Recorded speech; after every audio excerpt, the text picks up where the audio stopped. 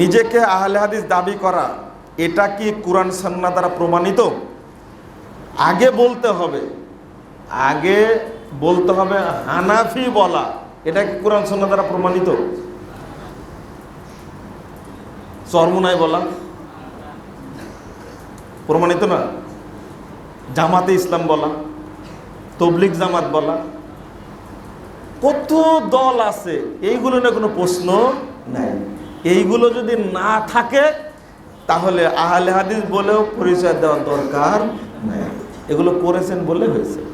এটা হলো আপনাকে বোঝানোর জন্য বললাম, এটা কোরআন হাদিসের দলিল নেই। এটা তবে আহলুল হাদিস, আসহাবুল হাদিস, আহলুস সুন্নাহ ওয়াল জামাআহ এইগুলো হাদিস দ্বারা প্রমাণিত পরিভাষা সাহাবা একরাম পরিচয় দিতেন এবং লেখা আছে আমার, আপনারা দেখে কি ইতমাম,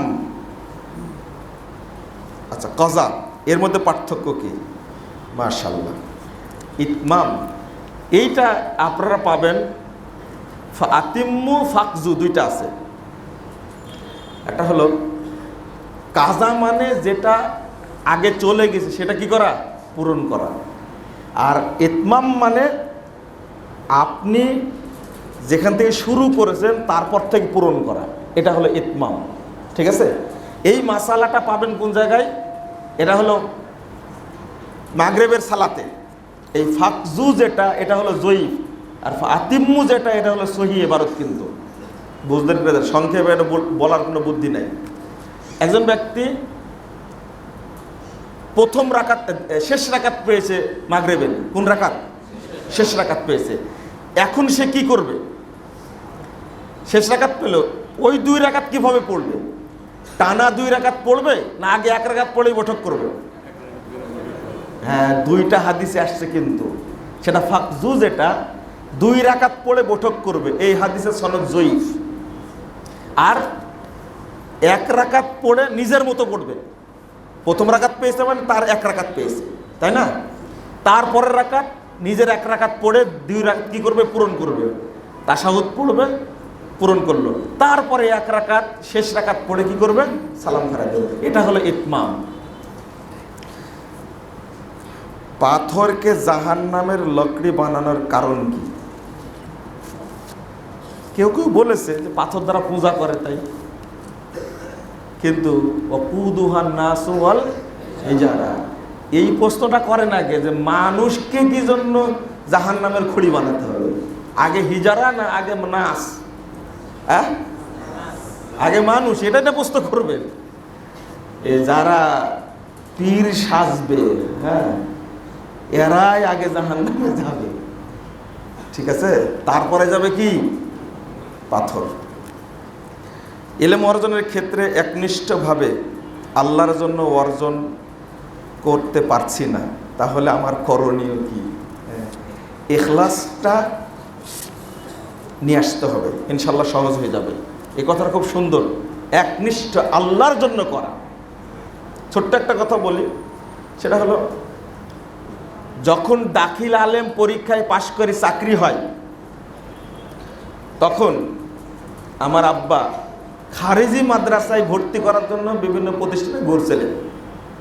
মানুষ পরামর্শ দিয়েছে যে দাখিল পাশ করবে, আলেম পাশ করবে, ফাজেল কামেল পাশ করলে ভালো একটা চাকরি হবে। আব্বার বক্তব্য ছিল, আমার চাকরি দরকার নাই, এই নাড়া আরবি পড়তে পারবে যেখানে সেখানে ভর্তি করব। নাড়া আরবি বুঝেন তো, জের জবর নাই। তো আপনার ভিতরে নিয়াত থাকা লাগবে না, প্রথম থাকা লাগবে কার ভিতরে? বাপ মায়ের মধ্যে থাকা লাগবে, আমার ছেলে কি হবে? আলেম হবে। আব্বাকে যখন বললাম যে বিশ্ববিদ্যালয়ে চান্স পেয়েছি, তখন আলহামদুলিল্লাহ পড়লো না, কিছু বললো। একটু পরে বলছে যে বিশ্ববিদ্যালয়ে মানুষ পড়ে,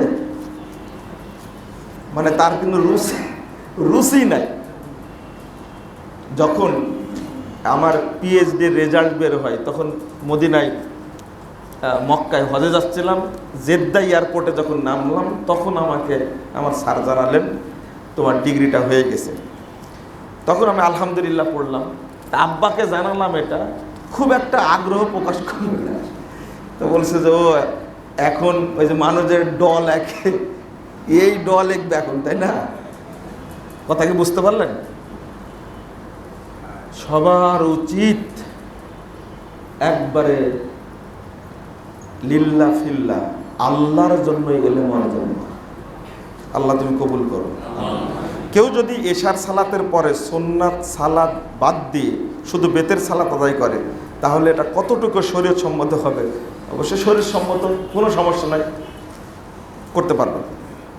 যদি দুইজন ব্যক্তি জামাতে শুরু করে, এইগুলো তো এই মানে এই মসজিদের মুসল্লিদের জন্য সহজ এই প্রশ্ন, জটিল প্রশ্ন করবেন কিছু, তাহলে তো ভালো হয়।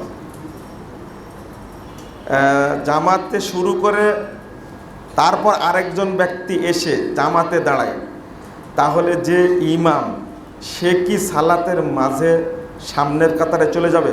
জি, সামনের কাতারে চলে যাবে যদি ফাঁকা থাকে। নিজেকে আহলে হাদিস দাবি করা, এটা কি কুরআন সুন্নাহ দ্বারা প্রমাণিত? আগে বলতে হবে হানাফি বলা, এটা কি কুরআন সুন্নাহ দ্বারা প্রমাণিত? চরমুনাই বলা প্রমাণিত না? জামাতে ইসলাম বলা, তবলিগ জামাত বলা, কত দল আছে, এইগুলো না কোনো প্রশ্ন নাই। এইগুলো যদি না থাকে তাহলে আহলে হাদিস বলেও পরিচয় দেওয়ার দরকার নাই। এগুলো করেছেন বলে হয়েছে। এটা হলো আপনাকে বোঝানোর জন্য বললাম, এটা কোরআন হাদিসের দলিল নেই। এটা তবে আহলুল হাদিস, আসহাবুল হাদিস, আহলুস সুন্নাহ ওয়াল জামাআহ, এইগুলো হাদিস দ্বারা প্রমাণিত পরিভাষা সাহাবা একরাম পরিচয় দিতেন এবং লেখা আছে আমার, আপনারা দেখেন।